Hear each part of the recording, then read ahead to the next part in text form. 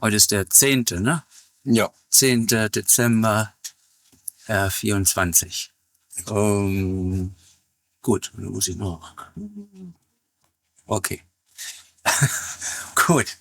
Danke, dass du die Zeit wieder nimmst. Ich wollte gern mit dir über die Geisteslehre oder Lehre der Schöpfungsenergie sprechen.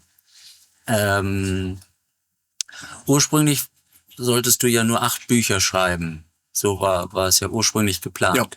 Ja. Mhm. Und wie ist es dazu gekommen? War das von dir aus, dass du, ich schreibe jetzt diese ganzen Lehrbriefe? Ja, der Arbeitsdrang hat das mit sich gebracht. Ja, okay.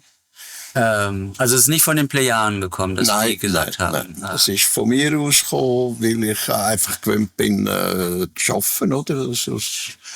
Und ich habe nichts anderes zu tun gehabt. Ich habe mich müssen zurückhalten von der Arbeit, von der körperlichen Arbeit draussen, mit der Hand arbeiten, draussen mauern und so weiter und so fort. Und dann habe ich halt angefangen zu schreiben. Ah ja. Und statt einfach Zeit verplempern. Ja, schafft man. Ja, ne? Ja, sehr gut, dass du das gemacht hast. Also, weil das schaffe du, das würde uns nicht viel bringen, aber eben die Lehrbriefe sind ganz außergewöhnlich. Ja. Du hast es ja als einen didaktischen Blog entwickelt. Mhm. Also es sind 109 Hefte und es baut aufeinander auf. Ja. Wie in der Schule auch, in den einzelnen Fächern. Der zweite Teil ist viel über Träume. Aber auch der erste Teil du erklärst zum Beispiel auch politische Systeme, kommt zum Beispiel auch von viele Bereiche, Psychologie. Ja, es ist halt alles einfach gemischt. Also das ganze Leben ist gemischt mit dem und diesem und jenem. Ja. Oder es greift eins ins andere. Ja. Und das, in der Regel ist es eben so, dass der Mensch sich nur auf eine Sache oder 2 Sachen ausrichten tut. Er muss sich aber auf alles eigentlich ausrichten, was das Leben bringt. Oder auf das und dieses und jenes. Das Leben spielt nicht nur in einer Linie ab oder in 2 Linien ab, sondern in unzähligen verschiedenen Linien. Das Leben hat verschiedene Sparten, die der Mensch muss lernen. Oder wo man muss wissen. Oder? Ja. Ich war halt überrascht, dass du halt auch über politische Systeme wie Kommunismus, Demokratie und so weiter geschrieben Ja, hattest. natürlich. Was Politik ist, kann man erklären, was das vorhanden ist.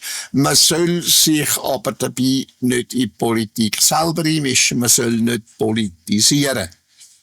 Sondern nur sagen, was politisch passiert, was da und dort geht und läuft, was Politik überhaupt ist und so weiter und so fort. Aber sich nie selber politisch betätigen. Da schafft sich der Mensch Feindschaften. Ja. Automatisch. Ja.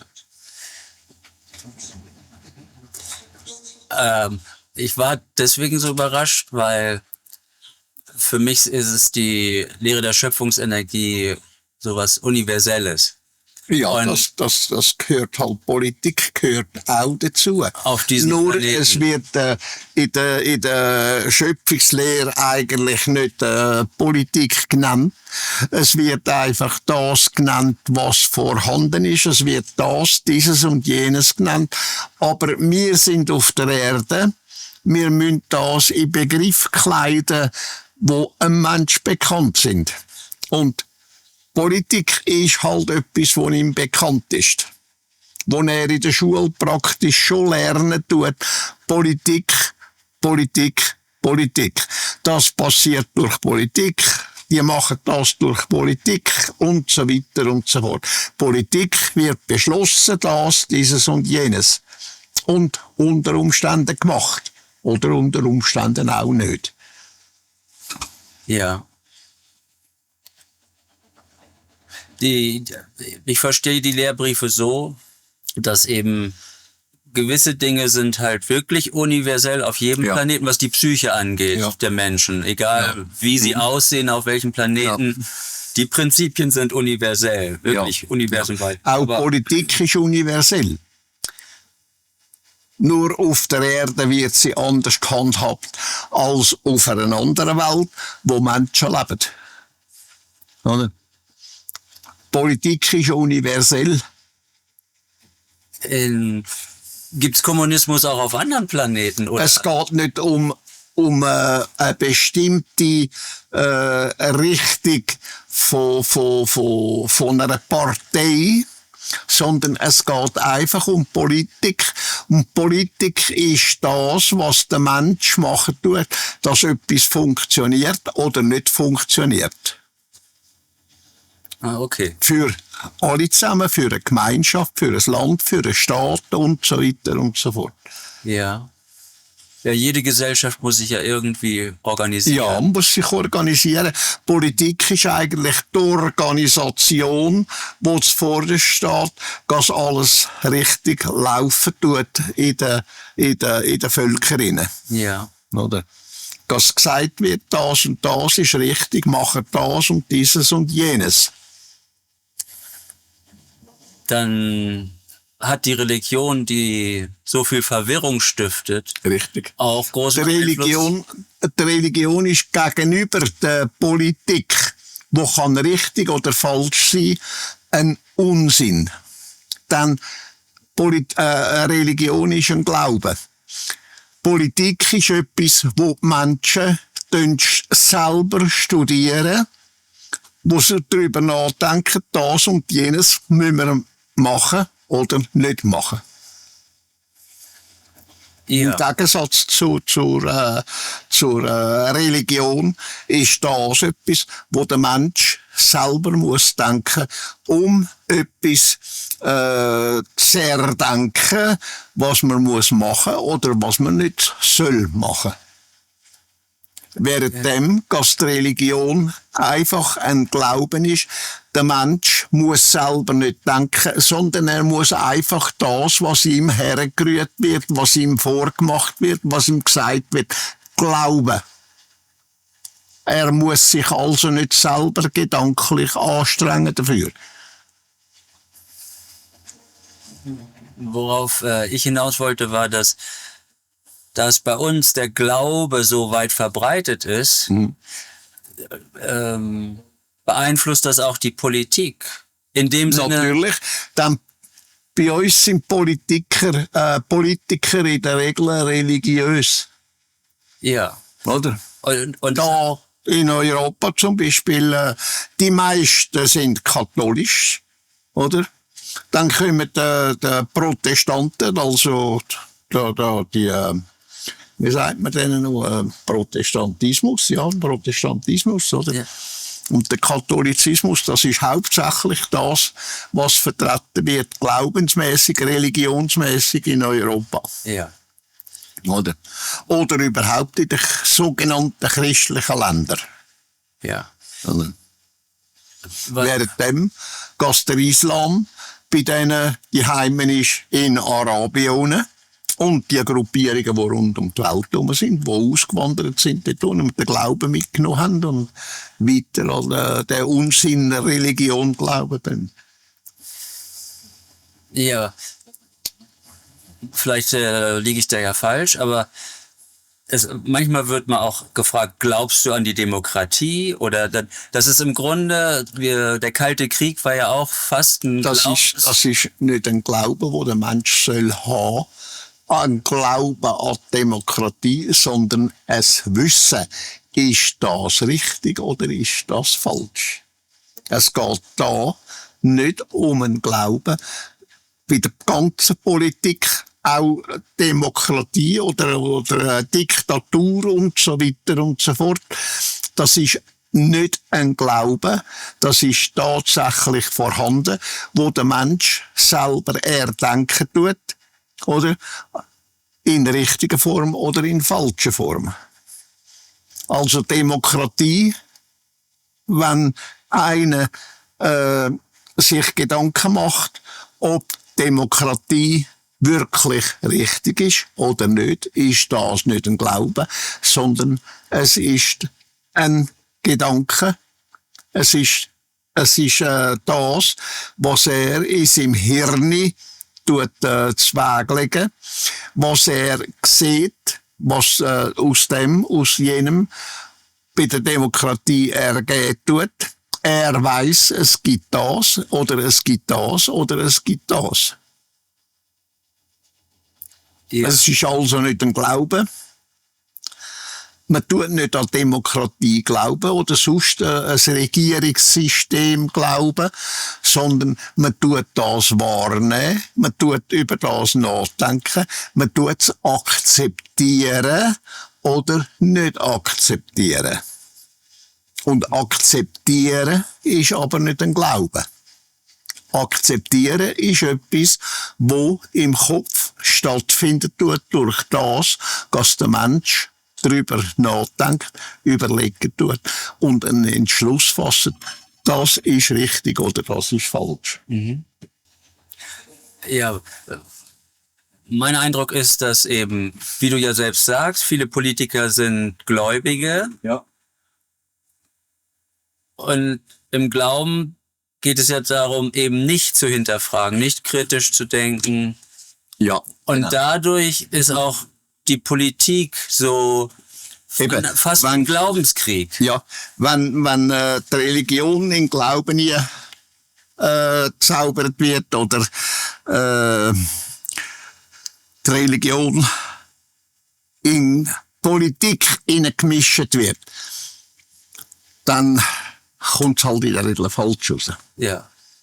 Die theokratischen Gesellschaften sind besonders schön, wie Iran zum Beispiel. Ja. Wo die Religion die Politik beherrscht. Ja. Das ist viel schlimmer als andersrum. Also wo die Religion nicht reinfunkt. Eben, das ist nicht mehr eine reine Politik, sondern das ist Religion.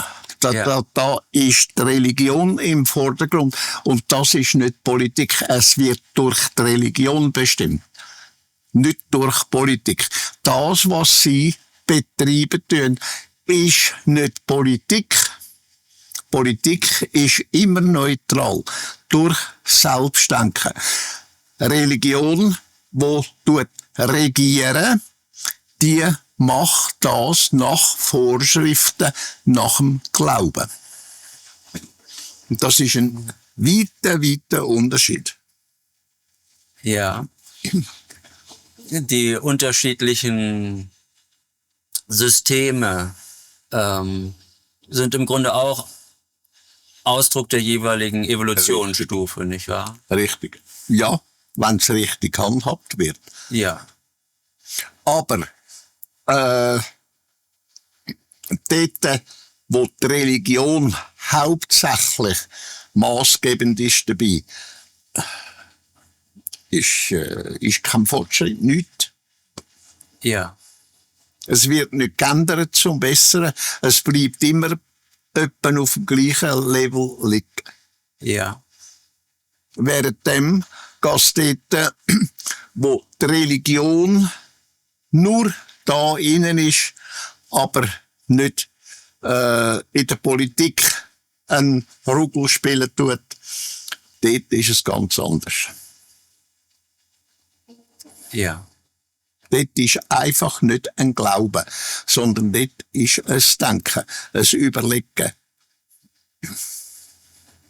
Mhm. Gut, das soll genügen, glaube ich, zum Thema Politik. Gehst auch auf viele andere Themen ein. Also Psychologie, im Grunde auch, wie man sein Leben leben soll oder eben auch, was man wissen sollte fürs Leben. Ja, das ist mal das Verhalten vom Mensch. oder, wie er sich verhalten. Und das hängt wieder davon ab, wie er denken, wie er überlegen, wie er die Sachen sieht, angreift, entschließt, das zu machen und dann handelt. Ja. Und dass er sein Leben selbst bestimmt. Richtig. Eben durch all das. Die Freiheit vom Mensch beinhaltet die Selbstbestimmung.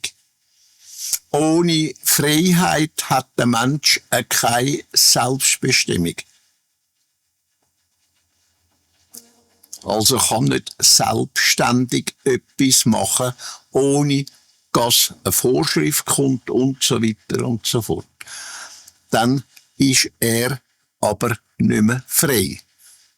Genau wie wir da heutzutage auf der Welt nicht die Freiheit haben als Menschen, wo wir sollten haben.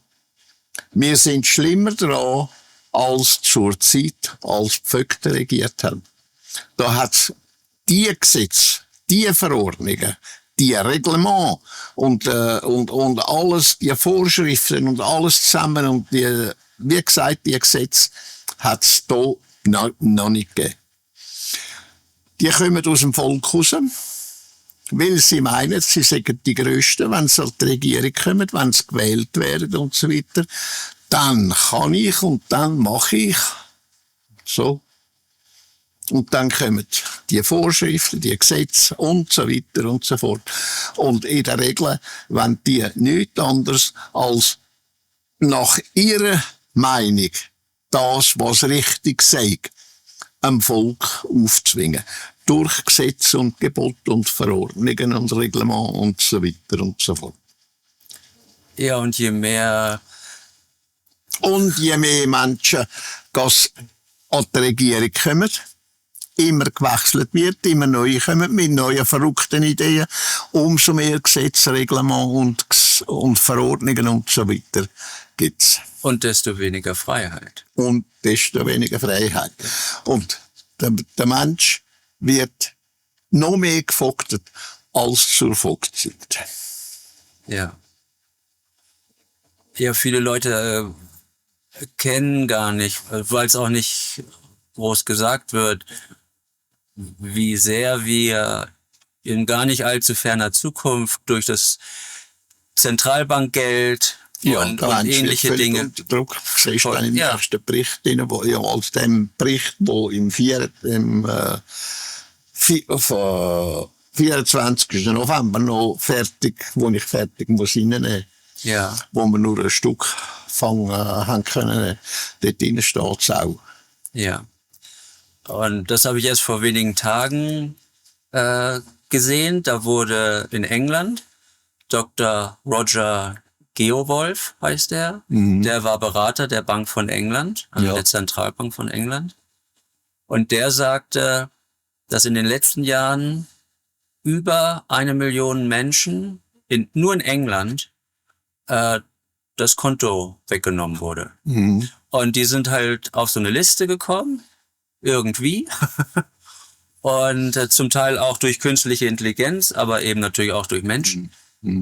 Und über 1 Million haben ihr Konto verloren. Ja. Und im letzten Jahr, und das Interview ist schon ein Jahr her, sagte er, waren es 343.000 nur in England. Ja. Und dann sagten sie später noch, dass auch kleine Firmen, und zwar kleine und mittelständige Firmen, vormundet. 140.000. Totale Kontrolle. Ja, aber durch den Staat totale Kontrolle.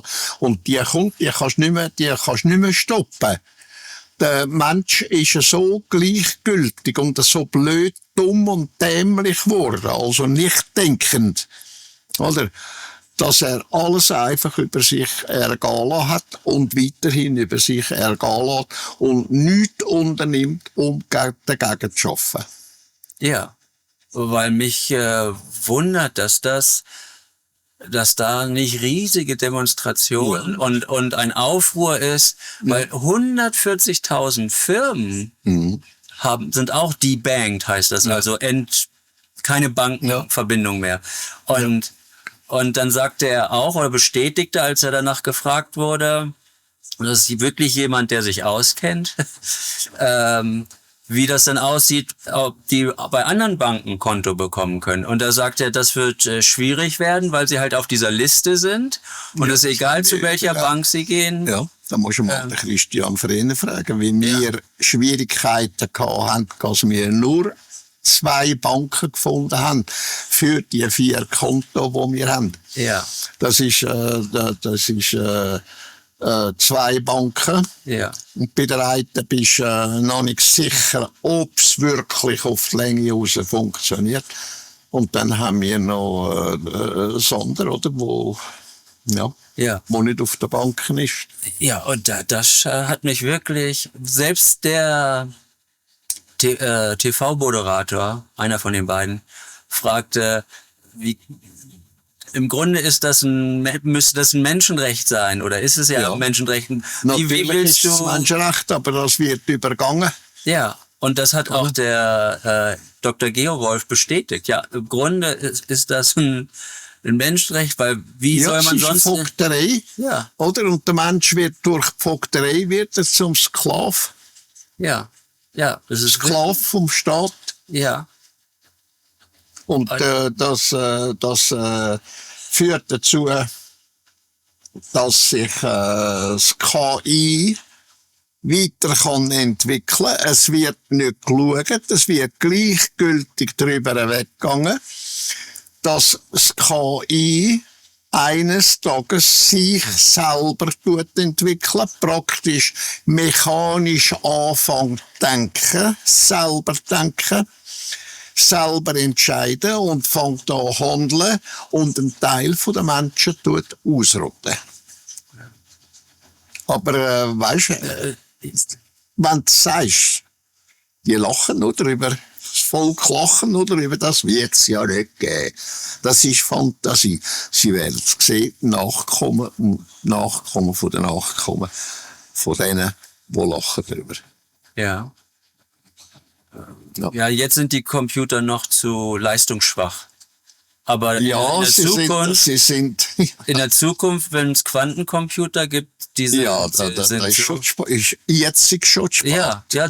ist jetzt schon spät. Ja, weil sie funktionieren ja schon, es wird nur noch alles optimiert. Schon seit den 80er Jahren, das letzte Jahrhundert. Ja.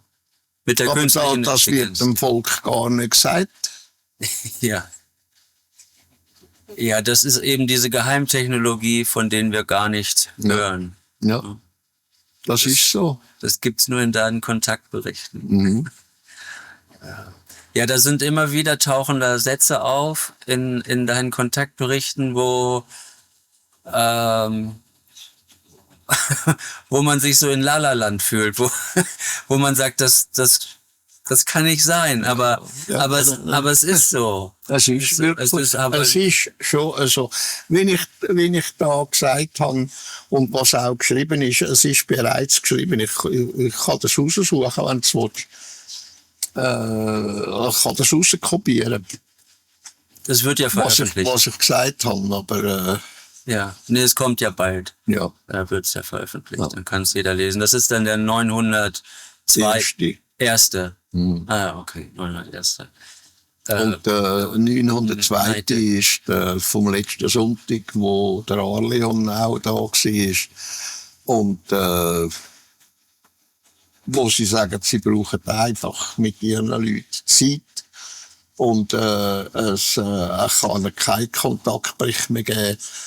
Wir müssen das abstellen, das funktioniert nicht mehr. Ja. Alleine durch die religiöse Energie und hauptsächlich durch den Katholizismus.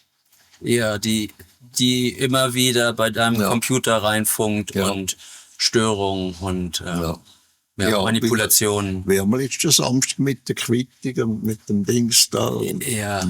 Ja, mit diesen Manifestationen, das ist halt noch verrückter. Ne? Oder dass Dinge eben auch verschwinden. Ja, da muss man mal sagen, die kommen einfach, das materialisieren einfach da und gehen am Boden runter. Muss man mal sagen, wie die Quittung, ich habe sie da auf dem Tisch gehabt und ist fort. Ja. Ich habe gemeint, es sei bei der Post vergessen gegangen. Oder? Dabei ist sie nachher da hinten oben gewesen, bei den Büchern oben gesteckt. Ja. Führer geschaut, weißt du, da. Muss man mal sagen, wie das geht. Ja, der Gedanke kommt mir gerade generell in Religion, also auch ganz stark im tibetischen Buddhismus wird mit Visualisation gearbeitet. Und das führt am Ende ja zu so einer Art gewissen Wahn. Also, dass sich Dinge wirklich manifestieren. Ja, weißt, es wird vergessen, dass die Erde mitschaffen tut. Die Erde hat eine Elektrizität. Sie tut selber Elektrizität entwickeln, wie die Sonne und jedes größere Gestirn. Und das wirkt auf die Oberfläche. Da kommen Sachen wie eine Türenbewegung, die Fenster gehen auf und zu, die Türen schlagen auf und zu, Stühle fliegen umeinander und so weiter und so fort. Und es ist sehr weg, dass dann auch einige Energien periodisch auftreten. Oder durch den Willen vom Mensch, der daran glauben tut, dass das passieren tut, die Energien beeinflussen tut, dass die wirken tun. Das sind nicht Geister, wie es immer heisst. Das ist Unsinn. Oder? Das ist alleine Energie von der Erde selber, wo das bewirken tut. Und wo der Mensch darauf Einfluss hat mit seinen Gedanken. Oder mit seiner Batterie. Ja. Aber er ist ja so unwissend, dass er meint, wenn der Mensch stirbt und wieder retour kommt, wo der meint, er sei wirklich tot, ist er noch nicht tot. Weil die Schöpfungsenergie noch nicht aus dem Körper entwichen ist und wieder den Körper kann beleben. Wo der Mensch also wieder kann zum Bewusstsein kommen. Wo sich die Schöpfungsenergie, Schöpfungslebensenergie einfach zurückzieht, aber noch im Körper vorhanden ist und dann durch irgendwelche Umstände, das ist dann fraglich, welche Umstände das sind, wieder kann zum sogenannten Leben erwachen. Ja. Und erst dann, wenn die Schöpfungslebensenergie wirklich entwichen ist aus dem Körper, dann ist das Lebewesen tot. Ob ein Tier ist, ein Getier oder der Mensch oder sonst eine Lebensform und so weiter und so fort. Wenn er also tot ist, wo du als Mensch kannst feststellen, es ist ja so, das heisst noch lange nicht, dass die Schöpfungslebensenergie bereits aus dem Körper entwichen ist. Aber der Mensch ist darauf eingestellt, dass ein Toter wieder zum Leben erwacht. Das stimmt nicht, er ist noch nicht tot, solange die Lebensenergie im Körper innen ist. Also im Kopf. Ja. Ja, manche sind... Nur kannst du die unter Umständen als Arzt eben nicht mehr feststellen. Aber sie ist noch vorhanden. Ja. Oder? Ja, Wunsch. Das kann Minuten dauern, das kann sogar Stunden dauern oder sogar Tage, bis der Körper dann wirklich tot ist. Oder? Ja. Ja, Scheintote hat es immer wieder gegeben. Ja. Eben, Und dem sagen sie dann Scheintote, oder? ja, ja. Ja. Ähm, Es scheint nur, ja, es ist nicht Wirklichkeit. ja. Gerade so, dass wenn jemand, wie könnte man das am besten Gibt's da ein Wort für? Wir sagen halt Inkarnation, eine erneute Inkarnation. Nein, das ist nicht eine Inkarnation. Eine Inkarnation heisst im Deutschen Wiedergeburt. Und das ist es nicht. Ja. Wie könnte man es dann am besten nennen, diesen Vorgang? Oder gibt's da kein Wort für? Eine Belebung von einer neuen Persönlichkeit. Aber das kannst du natürlich in Worte kleiden, so dass es jedes verstehen tut, oder? Da, von alters her wird es einfach Wiedergeburt genannt, oder alte Griechisch, oder Inkarnation, Incarnation und so weiter und so fort, oder? Aber es ist eben das nicht, oder? Ja. Es ist eine neue Belebung. Ja.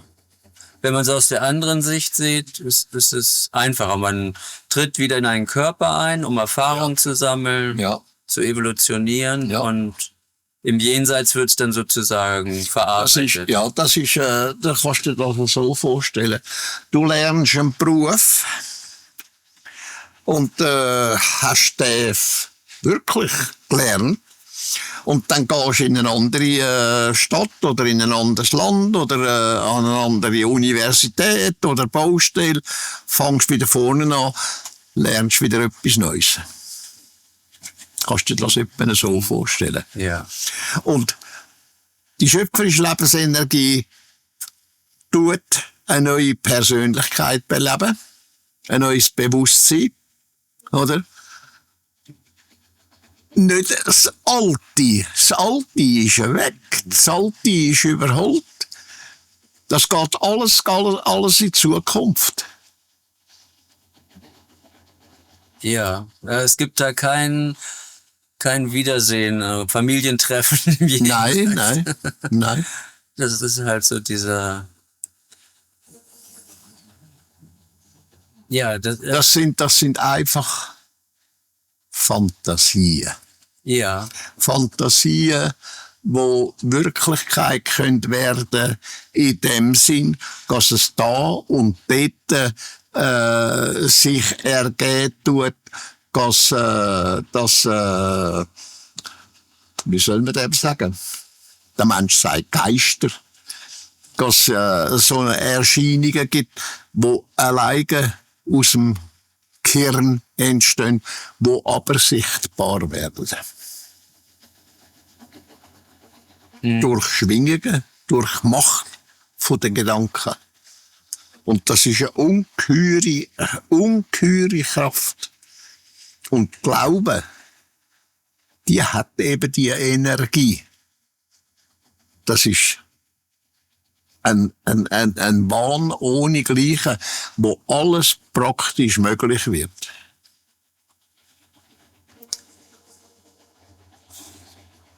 Ja, Also, weisst möglich. Nicht, es wird möglich, aber nicht Wirklichkeit.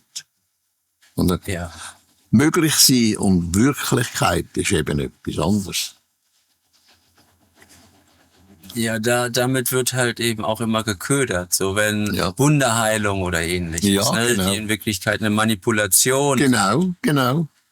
Wo der Mensch zum Beispiel einen anderen kann heilen durch seine Gedankenkraft. Ja. Das ist möglich. Das ist genau gleich wie Hypnose, nur in einer anderen Art und Weise. Wie soll man sagen? Auf eine andere Ebene geleitet. Ja. Oder? So kannst du im nächsten Zahnweh aufheben. Ja. Ja. Ja, in Schweden wird viel mit Hypnose bei Zahnärzten Ja. gearbeitet. Ja. Oder psychische Verwicklungen, Schäden und so weiter kannst du durch Hypnose einfach auflösen. Ja. Immer vorausgesetzt, du weißt wie. Ja, da ist Milton Erickson, Ja. gilt da so als der berühmteste Hypnotherapeut. Aha. Und da gibt es einen Schüler von ihm, der die Geschichte erzählt, er ist zu ihm ins Büro gekommen und sie haben angefangen, sich zu unterhalten. Und das nächste, was er erinnert, ist nur, dass er wieder rausgeht. Das ganze Gespräch, also er hat ihn, und der war selbst Hypnotherapeut, also ausgebildeter schon. Und wo er damit zum Ausdruck bringt, dass der auf einer ganz anderen Ebene war. Der konnte auch erfahrene Hypnotherapeuten eben wie ihn hypnotisieren, ohne dass er es selbst gemerkt hat. Und hat auch spektakuläre Erfolge gehabt, der Milton Erickson. Aber niemand hat es, glaube ich, jedenfalls wüsste ich von niemandem, der es auf sein Niveau gebracht hat. Also er war auch sehr mitfühlend und hat wirklich es nicht negativ eingesetzt, sondern wirklich nur zum Wohle der jeweiligen Patienten. Ja. Ja, mit der Gedankenkraft, da kannst du eben viel machen, weißt du? Und ja. Ist das, wenn jemand einen hypnotisiert, ist das ein Einsatz der Gedankenkraft oder wird da etwas aktiviert? Ja, das ist Gedankenkraft. Die setzt Schwingungen frei. Gedankenkraft ist das, was man eigentlich sagt. Das heisst eigentlich Gedankenenergie. Aber der Mensch redet immer von Kraft. Es ist aber wirklich Energie, eine Schwingung.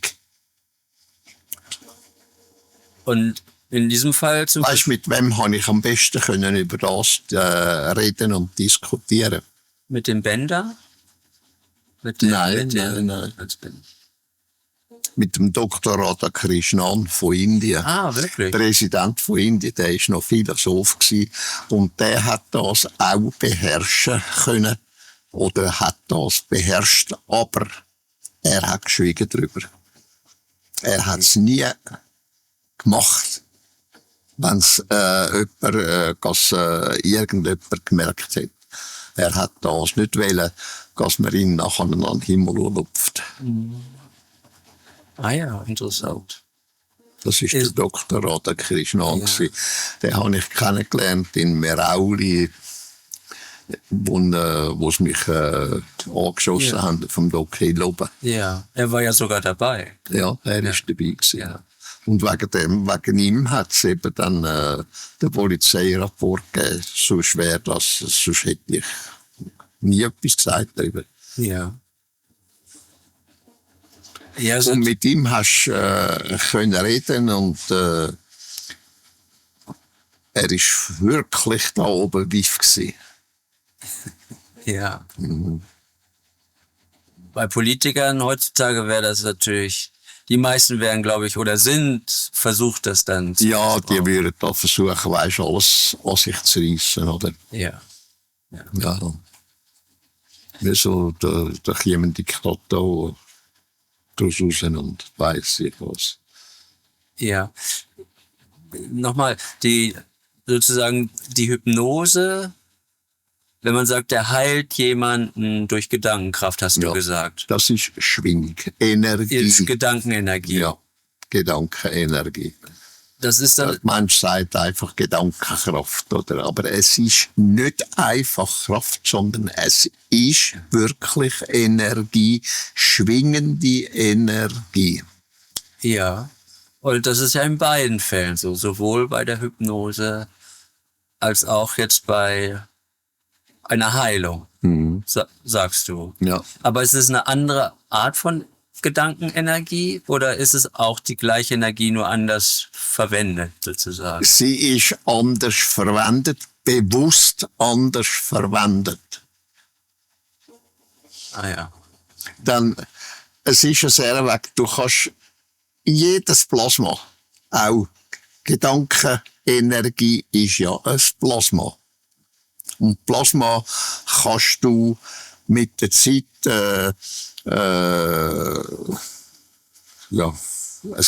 wird noch lang gehen. Aber mit der Zeit kannst du eben Plasma verdichten. Nicht materiell machen in dem Sinn, wie zum Beispiel Plasma kannst zu einer festen Materie machen, Ja. oder? Das kannst, oder? Und unsere Erdkugel ist eingeschlossen von einer Plasmaebene. Und die ist gar nicht so hoch oben, die ist ein paar hundert Meter über uns. Ist Plasma. Und das Plasma ist fähig, dass andere Plasma, die kommen, weitergeleitet werden. Und die Plasmaebene oder die Plasmaschicht um die Erde herum ist so ausgerichtet, dass du deine Schwingungen, die du erzeugen tust durch deine Gedanken, kannst nutzbar machen. Dass also deine Gedanken das und dieses können bewerkstelligen. Also wenn man etwas manifestiert, wie man so sagt, durch seine Gedanken und dann auch Gefühle. Da ist die Plasmaschicht um die Erde herum ist zuständig dafür, dass das passieren tut.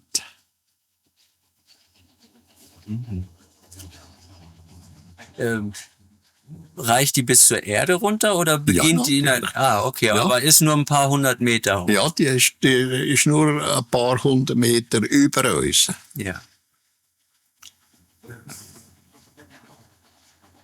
Okay. Plasma heißt es halt, das ist der 4. energetische Zustand, also fest, flüssig, Gas und Plasma. Ja, so ist unser Wissensstand. Das Plasma ist fähig, Sachen zu verdichten, Sachen zu materialisieren, Sachen, wo sich der Mensch erfantasieren tut, sichtbar zu machen und so weiter und so fort.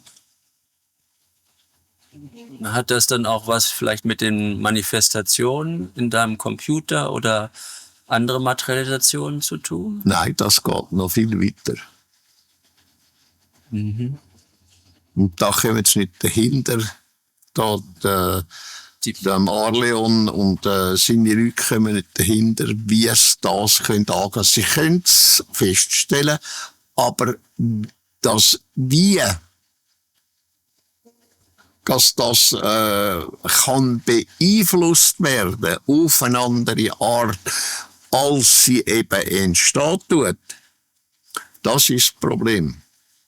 Sie suchen den Weg, um dem beizukommen, um Herr zu werden, praktisch, wie wir sagen, da auf der Erde, Herr zu werden über die Energie, über das Plasma, wo da ausgelöst wird durch die Gedankenwelt in den Religionen.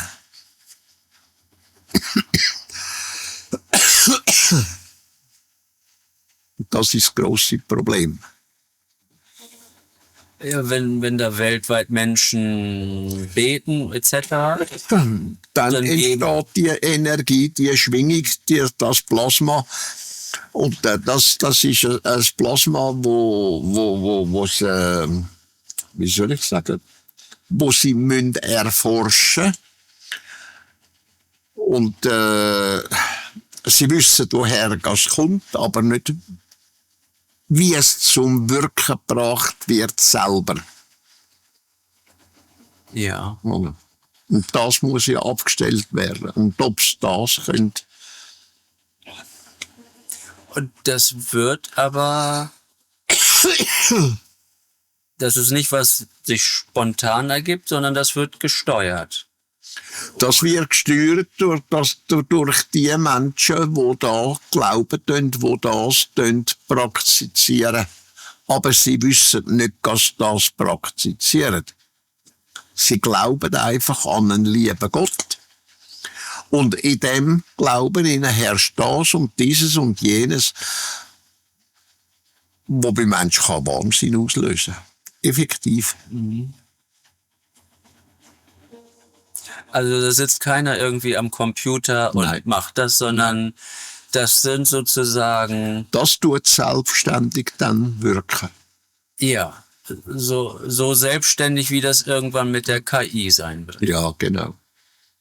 Was man dann auch nicht mehr stoppen kann. Das kannst du nicht stoppen. Ja.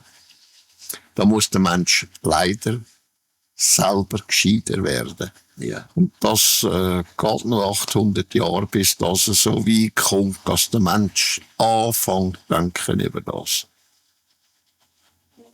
Ja.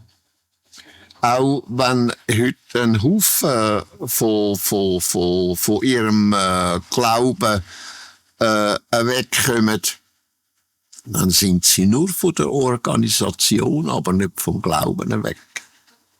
Sie sagen, ich glaube nicht mehr. Sie glauben aber weiterhin an einen lieben Gott.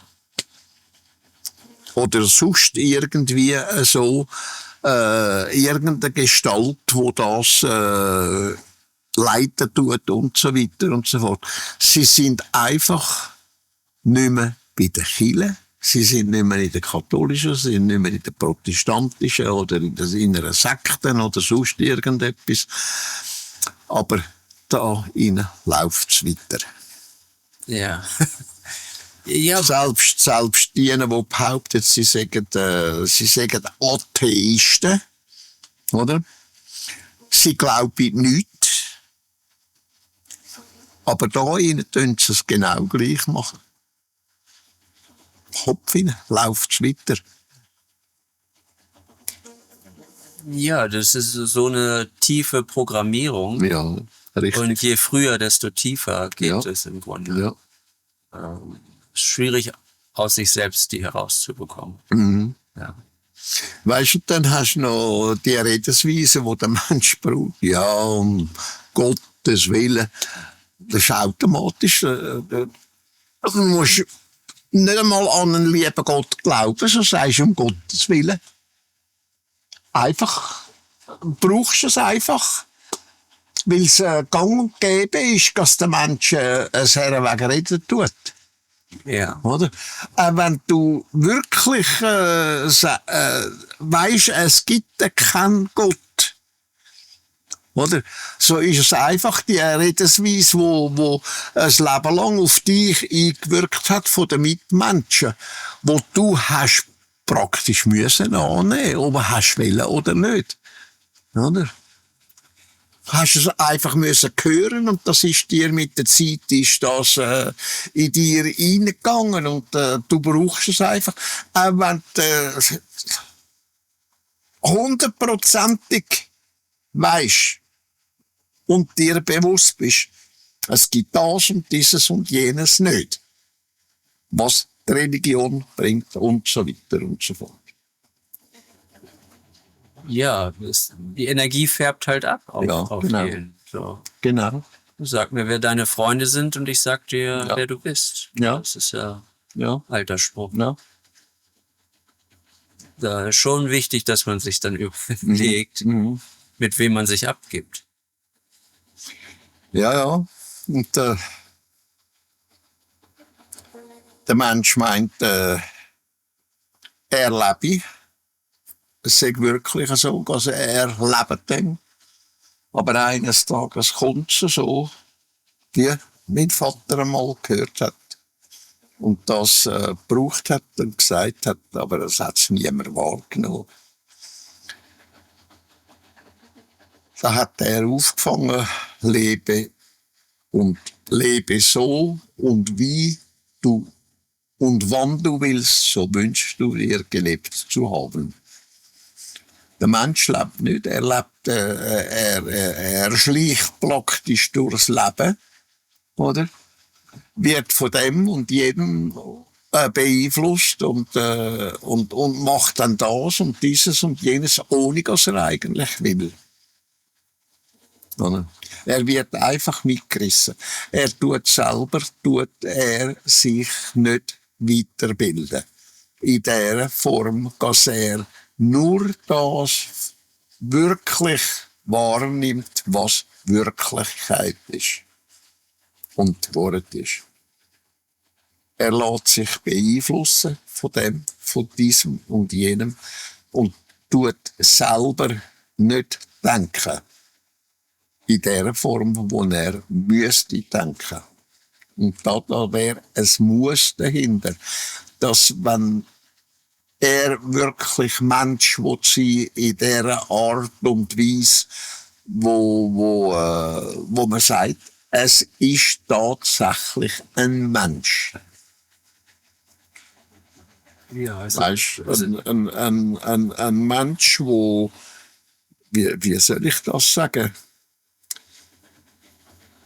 Weißt, der ein selbstbestimmtes Leben führt. ja, Aber alles andere ist ja absolut selbstbestimmend und selbstentscheidend und selbsthandelnd. Und das kannst du heute ja nicht einmal mehr. Weil du die Gesetze hast, die Verbote hast, die Regeln hast, die Verordnungen und die Reglements und weiss ich was alles. Oder? Das kannst nicht.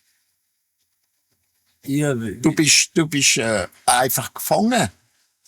ja, wir werden in immer mehr Bürokratie. Ja.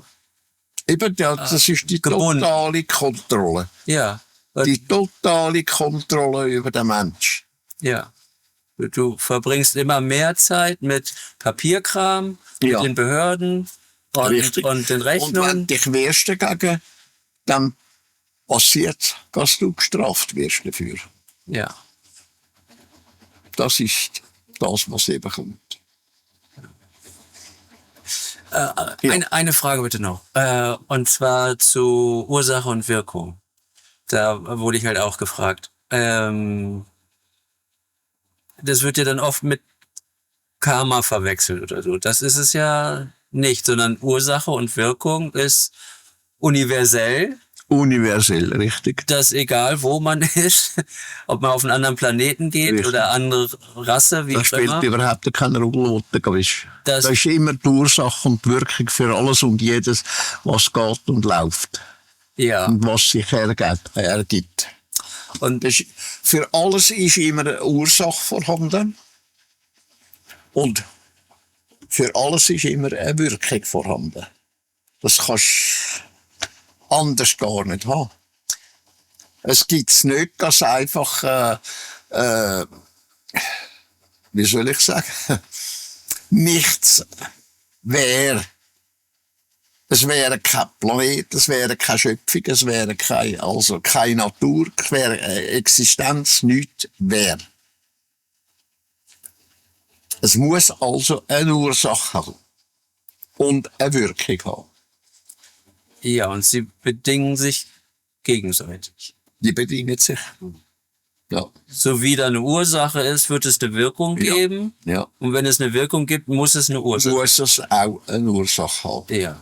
Und es ist ein Muss. Anders ist es gar Ja. nicht möglich. Ja. Ja. Das ist schon von Grund auf so. So ist die ganze Schöpfung aufgebaut. Das Ja. ganze Universum ist ja so aufgebaut. Das 7-fache Universum ist ja so aufgebaut. Wie du es immer anschaust. Und das ist im Grunde die Basis für ein selbstbestimmtes Leben, weil wenn Ja, ich dementsprechende Ursachen Richtig. pflanze oder wie auch Ja. immer, Ja. wie ein Same, Ja. dann Eine Pflanze kann nur wachsen, wenn sie aus einem Samen entspringt. ja, Und der Samen kann nur entspringen durch das, dass eine Pflanze vorher war, die einen Samen geschaffen hat. ja, ja, Und aller Anfang war nichts anderes als Plasma gewesen. Energie, wo angefangen hat, sich entwickeln zu dem und zu jenem, oder? Und andere Energien erzeugt hat und so weiter und so fort. Dass alles angefangen hat zu funktionieren, von Grund auf. Ist nichts anderes als ein Plasma gewesen, ein Energieplasma. Oder? Und das Plasma, das existiert noch heute. Nur, dass wir das nicht sehen. Eventuell können wir das eines Tages feststellen, oder ist schon festgestellt worden, ich weiß es nicht. Vielleicht haben wir intelligente Menschen, die das bereits gewusst haben, die vielleicht umgebracht worden sind deswegen, weil sie viel gewusst haben. Ja.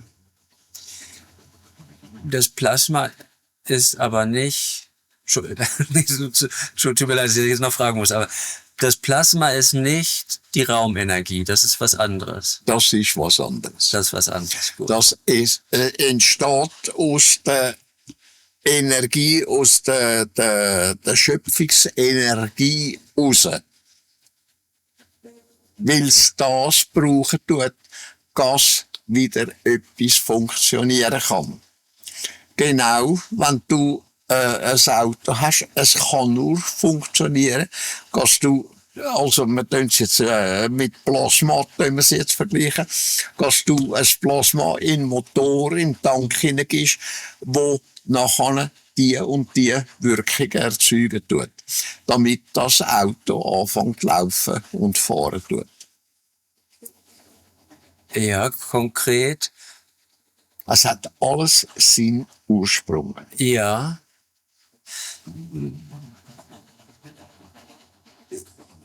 Ich kann ja Maschinen mit Raumenergie betreiben. Das haben ja auch schon einige gemacht, aber es ist halt dann eben wie bei Tesla auch und so weiter. Ja. Könnte ich auch einen Motor... Ja, wissen, wie es Dings passiert ist, oder ja, Sie leitet es nachher um, weil ja, es viel wissen. Ja, natürlich. Weil es dann eben eine Gefahr wird. Ja. Aber könnte ich eben auch wie du sagst, ein Auto mit Plasmaenergie, also wenn ich die entsprechende Technik hätte, ginge auch zu betreiben? Natürlich. Oh ja. Wenn das Plasma wieder eine Energie schaffen tut, wo ein Auto kann betreiben. Ja, also umwandeln natürlich, Ja. wie das, Ja. ja, wie das Benzin ja auch wird ja verbrannt. Das Plasma selber nicht. Das tut einfach seine Wirkungen zeitigen. Ja. Okay. Es entsteht also zum Beispiel eine Energie daraus raus, oder? Wo geschaffen wird durch das Plasma, wird eine Energie geschaffen und die Energie kannst du nachher verwenden, um einen Motor zu laufen bringen. Zum Beispiel. Ja. Ja. So meinte ich das auch, ja. Ganz kurz, bei Ursache und Wirkung, wenn ich jetzt zum Beispiel ich nenne es mal jetzt so eine positive Gedanken habe oder positive Ursache und zwei negative, würde sich das dann, und es handelt sich um das Gleiche, würde sich sozusagen das dann aufheben, das eine positive und das eine negative, oder? Ja, es kann sich einfach neutralisieren, dass es wie soll man sagen, dass es gleichwertig wird. Ja. Das merkst du bei dir selber. Du kannst immer ein Beispiel an dir selber nehmen. Ob du gute Gedanken hast oder schlechte Gedanken. Du musst mal schauen, wenn du schlechte Gedanken hast, wie du plötzlich anders zu Weg bist. Ja. Wenn du gute Gedanken hast, wie du plötzlich anders zu Weg bist, als wenn du schlechte Gedanken hast. Ja. Das merkst du. Das kannst du auch als Plasma sehen. Das ist auch dein persönliche Plasma, wo du in Energie umwandeln tust, durch deine Gefühle, wo du schaffen tust, gute Gefühle, schlechte Gefühle, gute Gefühle und so weiter und so fort. Und wenn die sich anfangen aufheben, dann geht's dir wieder blendend. Dann Ja. geht's dir wieder gut. Ja. Und dann bist du wieder neutral. Ja. Und das merkst du, wenn du auf dich selber achtest. Ja, das Ja. war heute auch so, ja. bei der Arbeit. Das Ja, das ist ja so. war nicht gut vorbereitet. Ja, Ja, gut, vielen Dank. Wir sollten Ja. kurz Nacht essen. Vielen Dank. Ich sollte da das Ding zu Weg machen. Da.